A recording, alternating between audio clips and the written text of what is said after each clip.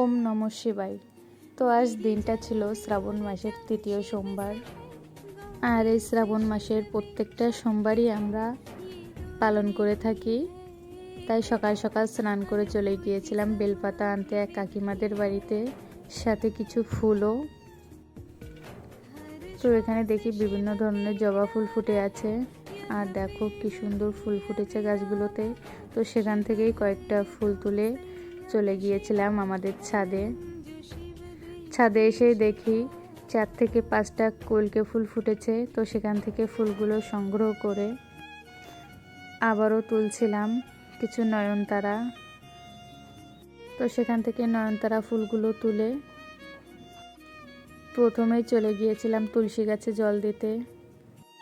তো তুলসী দেবীকে জল দিয়ে প্রণাম করে তারপর গিয়েছিলাম ঠাকুর ঘরে পুজো দিতে।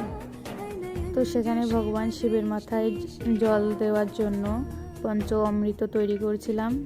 পঞ্চ অমৃতটা হলো দুধ, ঘি, মধু, দই ও চিনি।